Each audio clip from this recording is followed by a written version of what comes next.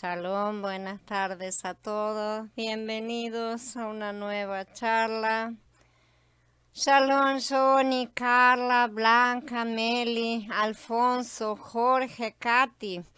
Sean bienvenidos. Vamos a ver esta cuarta y última parte de la instrucción Kadosh para un sacerdocio Kadosh. Cosas que pueden profanar a un sacerdote. Este capítulo primordialmente es sobre explicar las circunstancias bajo las cuales algunos sacerdotes no podían oficiar sacrificios ni ingerir la comida que era traída como sacrificios. Yahweh le habló a Moshe diciendo: instruye a Aarón y a sus hijos a que sean escrupulosos con las ofrendas sagradas que el pueblo israelita me consagre, para que no profanen mi santo nombre. Yo, Yahweh. Diles por todas las generaciones: si algún hombre de su linaje, mientras está en estado de inmundicia, participa de alguna donación sagrada que el pueblo israelita le consagre a Yahweh, esa persona será cortada de delante de mí. Yo soy Yahweh. Esto está en el comienzo del capítulo 22. Algunas traducciones ponen que se abstengan en lugar de que sean escrupulosos, y que en este caso es una mejor traducción, es la más correcta. Los sacerdotes de Israel a menudo se ocupaban de objetos que habían sido declarados santos y también de las ofrendas. Ya hemos estudiado antes que el altar, la mesa, el pan de la proposición, el candelero de oro y el altar del incienso eran todas cosas santas, junto con todos los utensilios, y también lo eran los animales sacrificados, y hemos visto como todos los objetos y todos los sacrificios representan diferentes aspectos de Mashiach. Por lo tanto, aquí las cosas santas y las ofrendas sagradas representan a Mashiach, a quien Elohim da a sus siervos para su deleite. Todo lo que el pueblo ofrecía a Elohim era un tipo de Mashiach siendo ofrecido en el madero, y Elohim daba parte de esas ofrendas, de ese Mashiach, a sus siervos electos, los sacerdotes. Este es uno de los derechos de aquellos que deciden consagrarse por completo al Adón, hoy en el sacerdocio nuevo de Melquisedec. Claro, la santidad es necesaria para poder disfrutar de las cosas santas. Si deseamos ser aptos para disfrutar de las cosas santas, requerimos cierto grado de santidad. Requerimos alguna medida de santidad, sí, santificación, separación delante de Elohim. La palabra traducida como abstenerse o ser escrupuloso, que dijimos que es mejor, es nazar y pertenece a la familia del sustantivo del cual se deriva la palabra nazareo, que ya vamos a estudiar en su momento. De ahí la idea de guardar para su uso separado, justamente, o tratar como algo distinto. Comenzando en el Pasú 4, nosotros vamos a encontrar una serie de ejemplos que pueden hacer que un sacerdote llegue a estar impuro, y por lo tanto quiere decir que ese sacerdote no puede comer la comida traída como ofrendas sagradas por las personas. Ningún hombre del linaje de Aarón que tenga una erupción o un flujo comerá de las donaciones sagradas hasta que esté puro. Si alguien toca algo que ha quedado impuro por un cadáver, o si un hombre tiene una emisión seminal, o si alguien toca algún reptil mediante el cual quede impuro, o algún ser humano mediante el cual quede impuro, cualquiera que sea su inmundicia, la persona que lo toque quedará impura hasta la tarde y no comerá de las donaciones sagradas a menos que haya lavado su cuerpo en agua.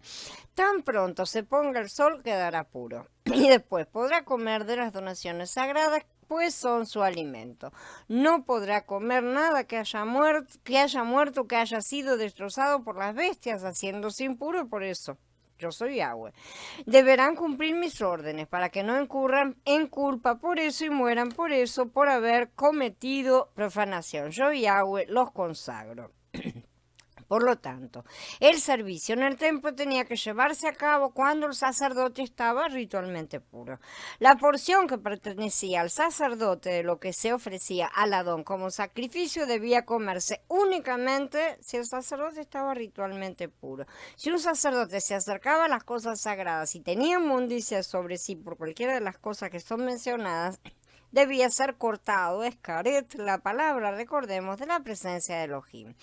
En esta ocasión, el ser cortado no quiere decir que el sacerdote debe ser ejecutado o enviado lejos, ¿sí? Sino esto sencillamente quiere decir que él debe ser removido de la presencia de Yahweh en cuanto a sus obligaciones de sacerdote. Que esto sea permanente o solo temporal depende de si el acto realizado fue una transgresión de propósito o si fue un accidente o ignorancia, como ya estudiamos, ¿no es cierto? Todas las ceremonias y rituales del Tanaj apuntaban al perfecto cumplimiento en Yahshua HaMashiach bajo el nuevo pacto. Por lo tanto, la idea de que un sacerdote no podía servir si se encontraba en una condición ceremonialmente inmunda o sea impura es importante. La comunión con Elohim debía hacerse sobre la base de ser declarado limpio y justo por Elohim. Aquí tenemos dos tipos de contaminaciones siendo mencionadas. Flujos y erupciones sabemos que requieren un periodo de purificación de 8 días, pues lo estudiamos, ¿no es cierto? Además de un sacrificio. Las cosas las estudiamos en el capítulo 15 de Vayikra. Otros casos mencionados, como los flujos normales, emisión de semen, ¿no es cierto? Ya que evidentemente las mujeres no entraban en el santuario y estas son ordenanzas para hombres, tocar cuerpos muertos, etcétera, eran cosas que solo contaminaban hasta el final de la tarde. Con estas últimas no hay problema, pero ¿qué sucede con las primeras? La respuesta es que se está hablando de dos situaciones diferentes. La primera situación es cuando un sacerdote directamente se contamina a sí mismo al cometer un acto que es prohibido, como un sacerdote tocando un cuerpo muerto, por ejemplo, ¿no es cierto? O teniendo algún tipo de descarga de su cuerpo. Estos son casos de contaminación que dejaban a la persona ritualmente impura, pero solamente necesitaba lavarse y esperar hasta el final del día. Pero la segunda situación es una en la cual el sacerdote toca a otra persona que se volvió impura al hacer o al tener una de esas cosas prohibidas. Si alguien toca a algún reptil mediante el cual quede impuro o a algún ser humano mediante el cual quede impuro, dice ahí. Cualquiera que sea su inmundicia, la persona que lo toque, se está refiriendo al sacerdote, quedará inmunda hasta la tarde y no comerá de las donaciones sagradas a menos que haya lavado su cuerpo con agua. Entonces, lo que tenemos aquí es el caso del sacerdote, como vamos a ver, también se extiende a cualquier miembro de su familia que tuviera derecho a comer de su porción santa, ¿no es cierto?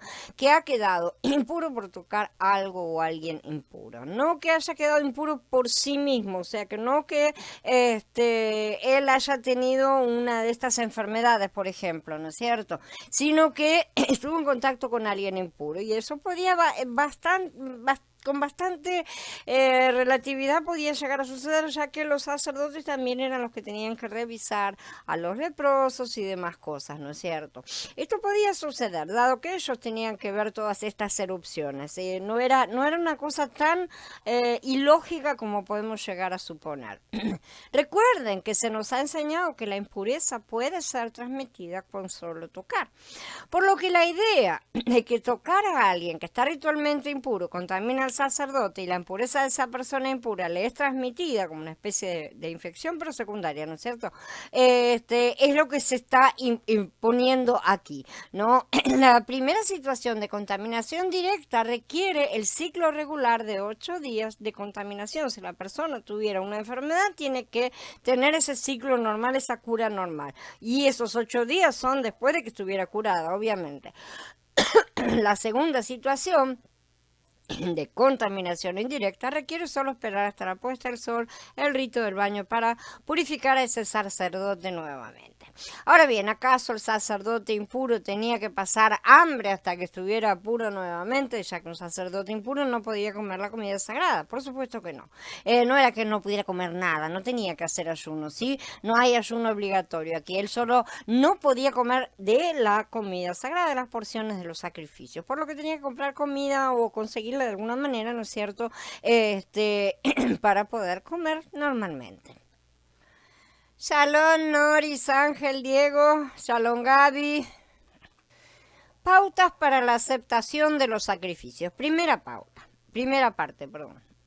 Yahweh le habló a Moshe diciendo: háblale a Aarón y a sus hijos y a todo el pueblo israelita y diles: cuando algún hombre de la casa de Israel o de los extranjeros de Israel presente un holocausto como su ofrenda por cualquiera de las ofrendas votivas o cualquiera de las ofrendas voluntarias que le presentan a Yahweh, tiene que ser, para ser aceptable a favor suyo, un macho sin tacha del ganado o de las ovejas o de las cabras. No debes ofrecer nada que tenga defecto porque no será aceptado a tu favor. Cuando un hombre ofrezca de la manada o del rebaño una ofrenda de paz a Yahweh por un voto explícito o como ofrenda voluntaria para ser aceptable, tiene que ser sin tacha, no debe haber defecto en él. Cualquier animal ciego o herido o mutilado o con un lobanillo, con una cicatriz de llaga o con escorbuto, ese no lo debes ofrecer a Yahweh. No debes poner ninguno de esos sobre el altar como ofrenda encendida a Yahweh. Puedes, sin embargo, presentar como ofrenda voluntaria un buey o una oveja con una extremidad extendida o contraída, pero no será aceptado para voto. No le debes ofrecer a Yahweh ninguno que tenga testículos magullados o aplastados o quebrados o cortados. No debes tener semejantes prácticas en tu propia tierra, ni deberás aceptar semejantes animales de un extranjero como ofrenda de alimento para tu Elohim, porque están mutilados, tienen defecto, no serán aceptados en tu favor. Todas estas cosas ya las estudiamos antes en los capítulos 29 y las que son las leyes de las ofrendas, y en el capítulo 38 de Shemot, ¿sí? Un voto es mucho más firme que una ofrenda voluntaria. Una vez que se hace un voto, que es una promesa, ¿sí? Este es muy estable y tenemos que guardarlo.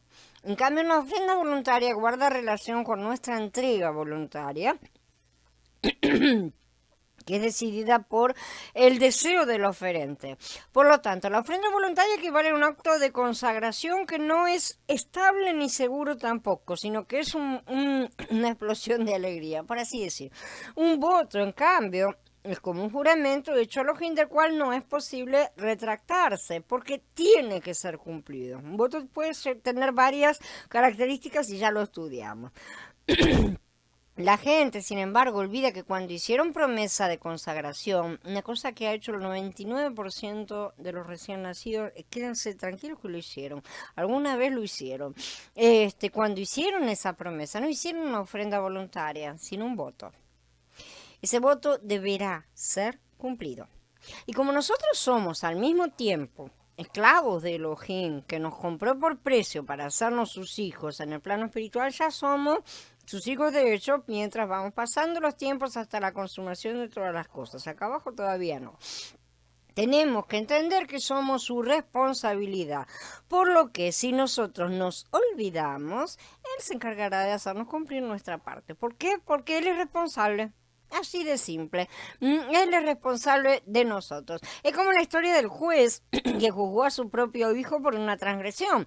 Sentado en el estrado, juzgó el caso, estableció la multa. Después descendió del estrado, se sacó sus ropas de juez, se colocó al lado de su hijo para disponerse como padre a pagar la multa. Nuestro Padre también nos juzga, pero no nos deja perdidos tampoco.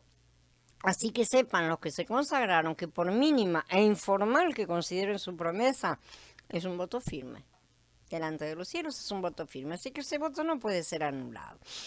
En estos pasuquín vemos que la ofrenda debía ser macho sin defecto. Esto significa que nuestro ofrecimiento del Mashiach, que hemos experimentado, que ofrecemos a Elohim como alimento suyo, tiene que ser sin defecto para que sea aceptado. Evidentemente, no podemos ofrecer una experiencia medio ciega, medio coja o medio estéril, ¿no es cierto? Aún así, muchos insisten en presentarle estos sacrificios, porque al final ellos mismos son sacerdotes ciegos, cojos y estériles, incapaces de identificar sus propios defectos en aquello que ofrecen. Tenga la misericordia para abrir nuestros ojos y oídos en su verdadera consagración. Así que es la única que nos puede traer el entendimiento para cumplir nuestra promesa, porque es la única que nos va a abrir de verdad los ojos. Nosotros nunca jamás los vamos a abrir, ni a palos. En algún momento de nuestra vida, si andamos firmes en Él, puede ser que tomemos la decisión de llevar una vida absolutamente entregada a Elohim. esto constituiría un voto que llega a ser un holocausto, realmente. Otras veces, mientras disfrutamos a Mashiach en su mesa, comiendo su riqueza, mientras nos ministramos unos a otros, puede ser que tengamos el pensamiento de que tenemos que llevar una vida de mayor entrega a Elohim, ¿no es cierto? Esto puede constituir una ofrenda de paz, justamente. Entonces, aquí se menciona que en el caso de las ofrendas que no son para reparación de pecado o de culpa, es decir, del holocausto, Corban Olán, ¿no es cierto?, de la ofrenda de paso Shelamim, tanto si fuera una ofrenda voluntaria como el pago de un voto, el animal tiene que ser sin defecto. Entonces ya lo vimos, aplica también a los sacerdotes. Nada que sea colocado sobre el altar ni nada que se acerque al altar a ministrar debe tener defecto, porque estas cosas simbolizaban todas a nuestra doña Yeshua. Sin embargo, en el caso de una ofrenda voluntaria, se permitía un animal con algún miembro más corto o más largo que lo normal, aunque no podía ser aceptado como voto. La palabra que es traducida como voto es neder, ¿sí? Que significa prometer, promesa, voto, ¿sí? Mientras que la palabra traducida como ofrendas voluntarias es nedavá, derivada de ned, que significa apilar un montón, ¿sí? Aquí la idea de traer algo voluntariamente y hacer un montón de cosas, una pila de regalos. Las palabras hebreas traducidas, que tenga algo de más o algo de menos, o que tenga un miembro extendido o contraído, ¿no es cierto? También pueden traducirse como deforme o atrofiado. Que el animal tuviera algo superfluo denota evidentemente sobrepasar los límites. Que le falte algo denota deficiencia con respecto a la medida apropiada.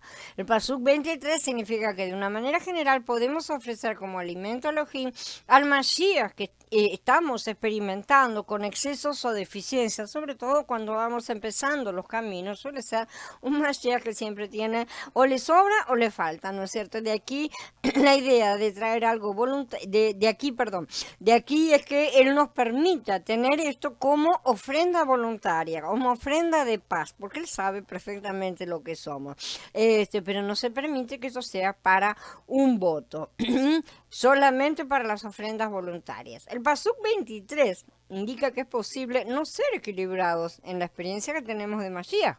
A veces nuestra experiencia de Mashiach puede rebasar el límite de lo normal y otras veces puede encontrarse por debajo de la medida normal. Por ejemplo, algunos santos insisten mucho en que hay que disfrutar a Mashiach, pero ellos mismos no llevan ningún fruto. Y Hanan 15 habla acerca de disfrutar a Mashiach. Permanezcan en mí, yo en ustedes, dice, ¿no es cierto? Si permanecemos en el Adón, absorberemos de él la rica savia. Entonces él permanecerá en nosotros a fin de impartirnos la provisión y sostenernos con todas sus riquezas. El resultado de esto es que llevaremos fruto. Permanecer en Mashiach da por resultado que llevemos frutos.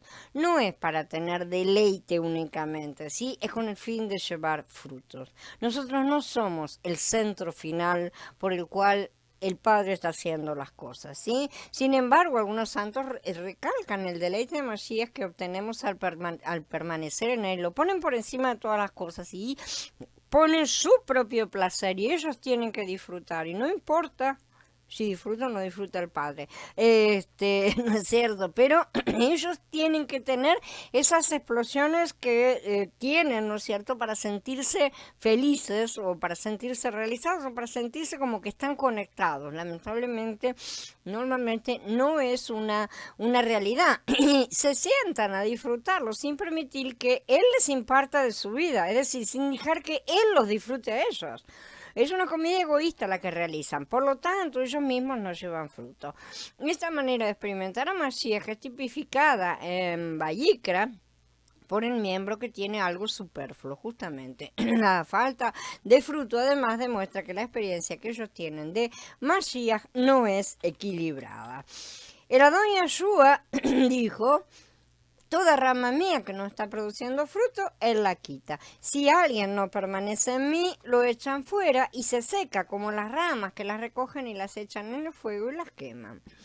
Esto no significa que uno muera ni que vaya a arder en el tormento eterno, sino que pierde el deleite de Mashiach, como ya estudiamos en otros lugares. Si una rama es cortada de la vid, pierde el deleite de la vid, ya no recibe la vitalidad de la savia y se seca.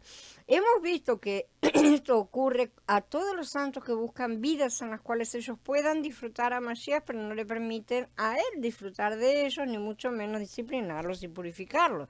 Lo único que les interesa es disfrutar a Mashiach. Realmente se sienten bien, se sienten seguros y están cómodos, pero ellos siguen sentados en el trono de sus vidas y no llevan fruto. Ese es el punto. Aún después de pasados muchos años, no llevan fruto. Ellos se extralimitan en su deleite, ¿sí? Esto es semejante al miembro que tiene algo de más, ¿no es cierto? En el Adón todo tiene que ser equilibrado, como en el péndulo. Otros santos no disfrutan a Mashiach lo suficiente, al contrario, como resultado tampoco llevan fruto, evidentemente. En lo que se refiere a experimentar a Mashiach, estos santos están por debajo de la norma. Aquellos que se exceden en su medida respecto de la experiencia, así como los que están por debajo de la norma, los dos tienen en común que no llevan frutos. Ese es el punto que tienen los dos en común. En Yohanan 15 vemos la manera apropiada y equilibrada de experimentar a Mashiach.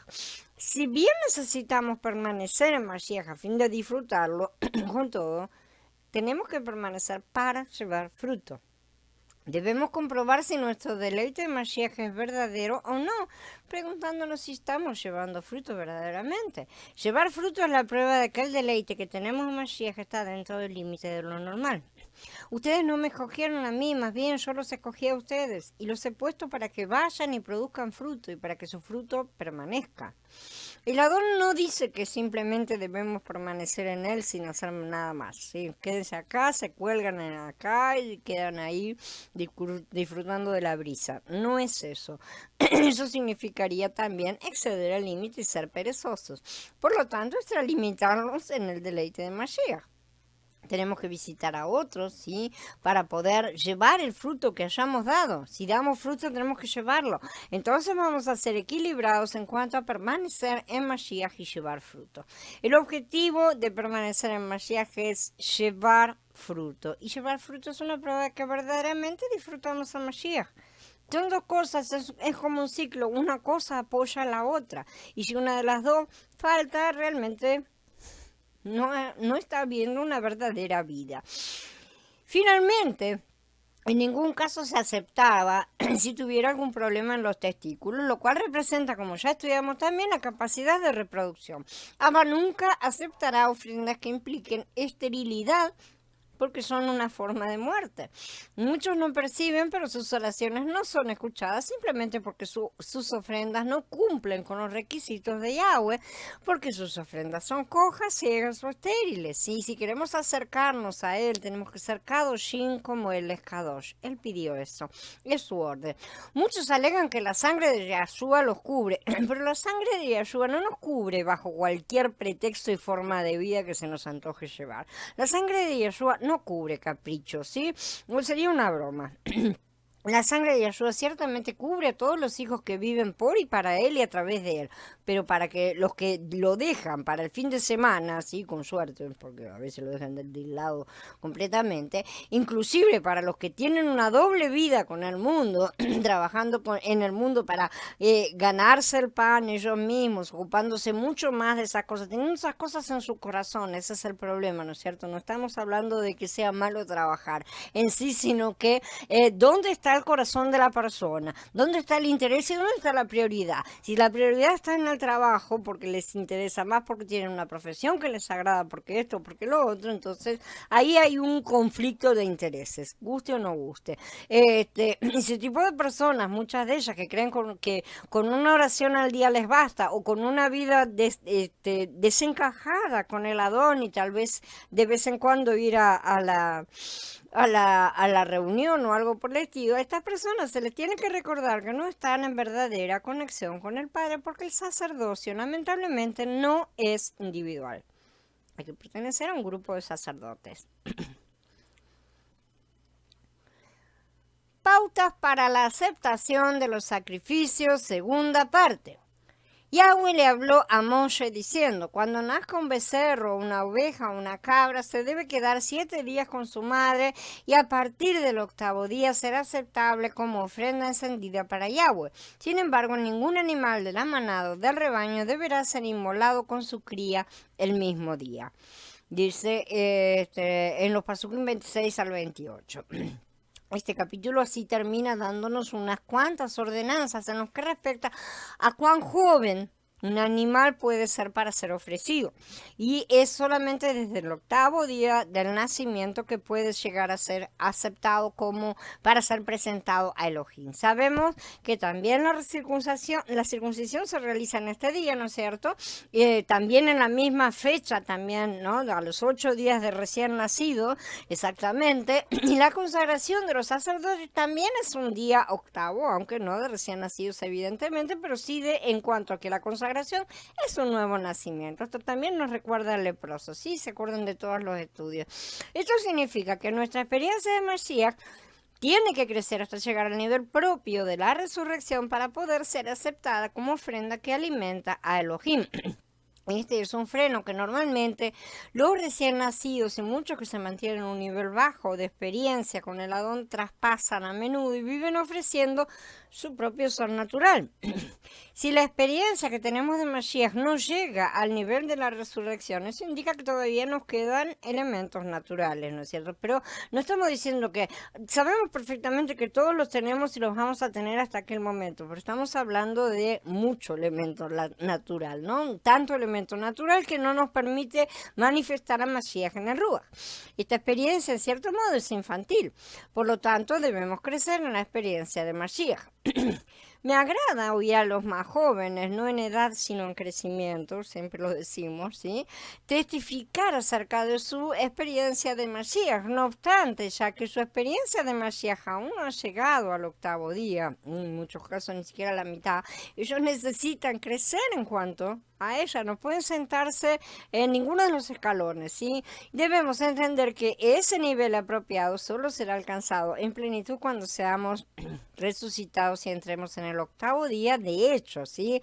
Experimentaremos, la plenitud de la experiencia en la resurrección, evidentemente cuando hayamos sido resucitados literalmente. Aun cuando nuestra experiencia de Mashiach se encuentra en el 7º día, todavía no llegamos al nivel de la resurrección, al nivel apropiado. No estamos aún en la plenitud y es inútil que muchos insistan que ya estamos completados. Nuestra experiencia de Mashiach debe llegar al 8º día, es decir, debe llegar al nivel de la resurrección. Ahora bien, si nuestra experiencia de Mashiach debe llegar al nivel de la resurrección, debemos aprender a rechazar nuestra vida natural y abandonar todo lo natural que haya en nuestro ser, como él mismo ordenó. Por ejemplo, aunque los nuevos creyentes han empezado a amar al Adón, su amor por él es natural. Cuando recién nacemos no nos queda otra. Todo lo que tenemos es natural, porque acabamos de nacer y todo lo que traemos es el viejo hombre. El nuevo hombre está en semilla y no lo hemos utilizado prácticamente para nada. Por lo tanto, todo lo que tenemos proviene de nuestra vida natural. Entonces tenemos que amar al Adón permitiendo que esa vida natural sea clavada en el madero, que es su orden. Por una parte tenemos que amar al Adón, por otra tenemos que negar totalmente esa vida natural. Y esto nos ayudará a crecer hasta alcanzar el nivel de la resurrección en lo referente a amar al Adón. Cuando amamos al Adón de esta manera, ningún aspecto de nuestro amor por él permanece en una condición natural. Al hacer cualquier cosa por el Adón, todos debemos negarnos a nuestro amor natural, a nuestra capacidad natural y a nuestra fuerza natural también. Entonces vamos a llevar una vida entregada a Mashiach según la norma de la resurrección. Yahshua le habló a Moshe diciendo, cuando nazca un becerro o una oveja o una cabra, se debe quedar 7 días con su madre y a partir del 8º día será aceptable como ofrenda encendida para Yahweh. Sin embargo, ningún animal de la manada y del rebaño deberá ser inmolado con su cría el mismo día. Acá vemos entonces que ningún animal puede ser matado el mismo día que su madre, ¿sí? Y viceversa. Esto es generalmente visto como una instrucción para ser misericordioso y humano. Además, sacrificar a un animal recién nacido joven y la madre de ese animal en un mismo día era también, según algunas teorías, según algunas cosas que se levantan, imitar un ritual kenanita de fertilidad. ¿Sí? Esto estaba terminantemente prohibido para Israel, evidentemente. Y después recuerda una vez más que sus sacrificios solo pueden comerse antes del tercer día. Cuando ustedes sacrifiquen una ofrenda de agradecimiento a Yahweh, sacrifíquenla de manera que sea aceptable en su favor. Deberá comerse en el mismo día, no deben dejar nada hasta la mañana. Yo soy Yahweh. Y que es indispensable que nos esforcemos con lo que necesitamos presentar, ¿no es cierto? Debemos hacerlo todo de manera que seamos aceptados. Él lo dice bien claro. Esto quiere decir mal que pese a mucho que sí existe la posibilidad de que nuestros sacrificios de labios no sean aceptados. Yahweh lo está diciendo, tanto porque el sacrificio tiene defectos como porque el que los presenta también los tiene. Veamos que son las dos cosas, ¿no es cierto? Abba no se conforma con, eso es lo mejor que puedo hacer, ¿no es cierto?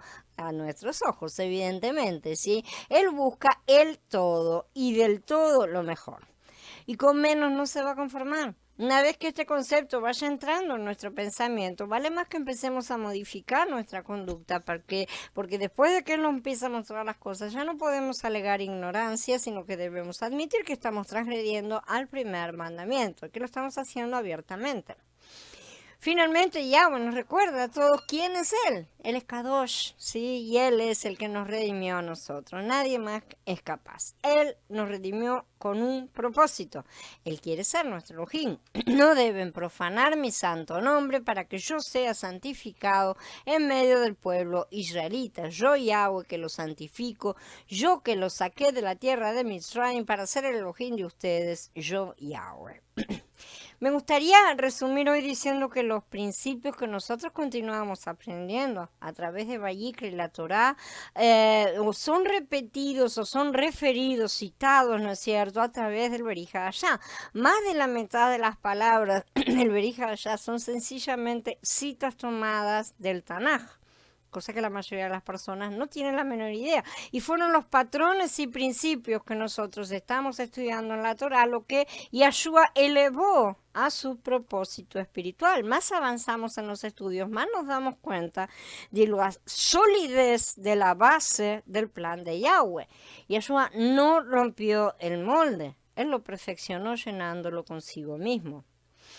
Todos estos requisitos de Vayikra, que solo los sacerdotes podían acercarse a Elohim, ¿sí? Lo cual puede parecer injusto para los cristianos, por lo que se han encargado de abrir otra puerta, según ellos creen, ¿sí?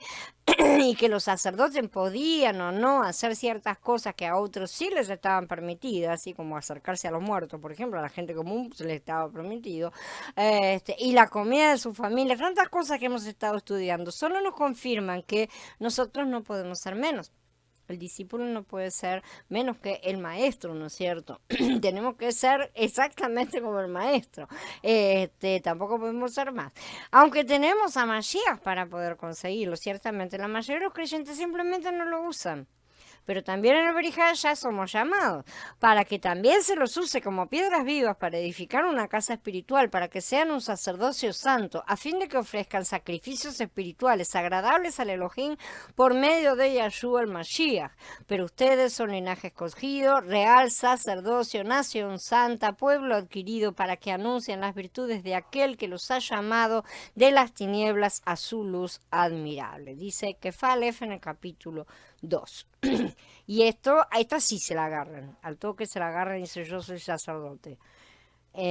Como creyentes, todos hemos sido llamados a ser sacerdotes, pero la única manera es consagrarse a fin de ser ordenado como uno. El Padre ha dado las circunstancias, el Padre ha dado los requisitos, Él ha dado las instrucciones y la mayoría de las personas las ha tirado a la basura. Entonces, solo los creyentes pueden ser sacerdotes. Esto es bastante básico, ¿no es cierto? Pero aún de entre los creyentes, solo los consagrados pueden ser ordenados sacerdotes. Aunque hoy la orden de Melquisedec amplía la cantidad de sacerdotes, ciertamente sacando el límite de que sea reducido a una única familia tribal física, ¿sí? Que necesariamente tenía que ser reducida y limitada, porque bueno, eso era un cuadro. Ahora los sacerdotes son los hijos del sumo sacerdote Yeshua HaMashiach, ¿sí? Pero aún hoy ciertos comportamientos pueden descalificarnos del servicio. Esto si es que les interesa el asunto de servir al Adón, ¿sí? Porque la mayoría de los creyentes lo buscan para servirse a sí mismos más que para servirlo a él. Y los requisitos son mucho más elevados. Los cristianos están convencidos de que ahora es más fácil. Yo no sé qué leen.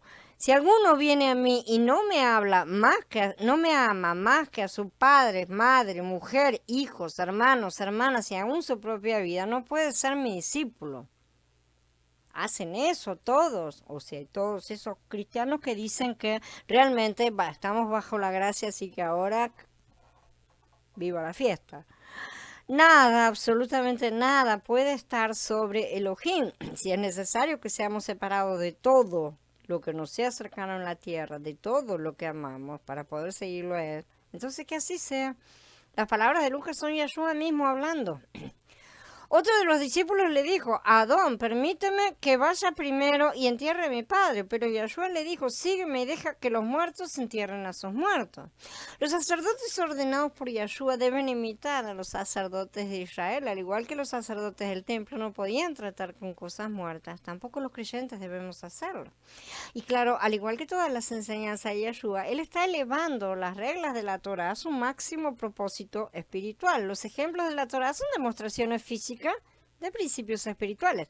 Esto nos está diciendo que los creyentes no deben diciendo que los creyentes no deben participar de funerales, ¿sí? La representación física es siempre secundaria en relación con su propósito espiritual una vez que este mismo ha sido revelado. Y es dejar de mezclarnos con la muerte del mundo, con las obras muertas de la carne muerta y con todos los muertos de este mundo. Bien. Shalom, Luis. Habiendo terminado la charla, vamos a dar encerrado ahora y en un ratito les paso el link para que podamos hablar acerca de todas estas cosas. Abba los bendiga a todos. Shalom, hermanos.